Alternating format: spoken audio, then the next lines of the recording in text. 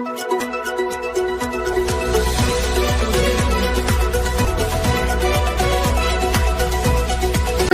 મિત્રો, હું છું એન્કર અમિતા પટેલ. આપ જોઈ રહ્યા છો મુંબઈ તરંગ ગુજરાત ન્યૂઝ.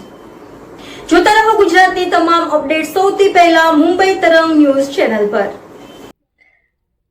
સુરતના પાંદેસરામાંથી સુરત ક્રાઇમ બ્રાન્ચે 1 કિલો 985 ગ્રામ ગાંજાના જથ્થા સાથે 2 આરોપીઓને ઝડપી પાડ્યા.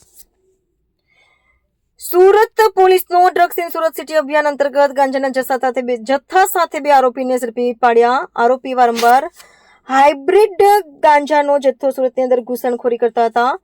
આરોપી આદિત્ય ઉર્ફે આદિ યોગેન્દ્રસિંહ અને આરોપી પિયુષ કલ્લુ ઉર્ફે શ્રેયાંશ ગુલાબ પટેલને સુરત ક્રાઇમ બ્રાન્ચે બાતમીના આધારે ઝડપી પાડ્યા.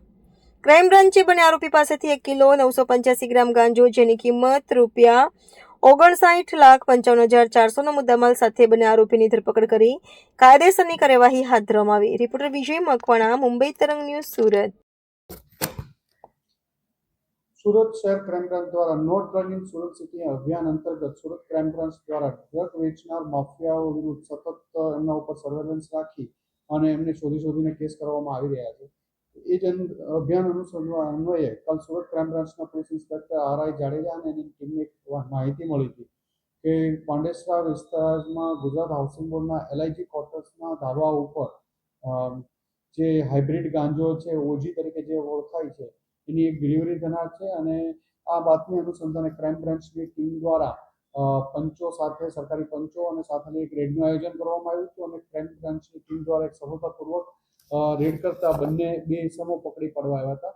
જેમાં એકનું નામ આદિત્ય ઉર્ફે આદિ યોગેન્દ્રસિંહ, જે રહે છે ત્યાં હાઉસિંગ બોર્ડ પાંડેસરામાં જ અને મૂળ રહેવાસી છે ફૂલપુર યુપીનો. અને સેકન્ડ જે માણસ પકડાનો પિયુષ ઉર્ફે કલ્લુ ગુલાબભાઈ પટેલ, એ પણ ત્યાં હાઉસિંગ બોર્ડમાં જ રહે છે અને મૂળ રહેવાસી છે રાજવાડા MP નું. આ બંનેના કબજામાંથી 2 કિલો જેટલું ઓજી એટલે કે હાઇબ્રિડ ગાંજો મળ્યો હતો, જેની અંદાજિત કિંમત 60 લાખ રૂપિયા થાય છે. અને આ બંને હાઇબ્રિડ ગાંજો વેચવાનો પ્રયત્ન કરતા હતા. એ દરમિયાન બંનેને પકડી પાડવામાં આવ્યા છે. આ લોકોની પૂછપરછ દરમિયાન આ ક્યાંથી લાવવામાં આવ્યો છે, કોને આપવાના હતા, એ બાબતમાં પણ તપાસ ચાલી રહી છે.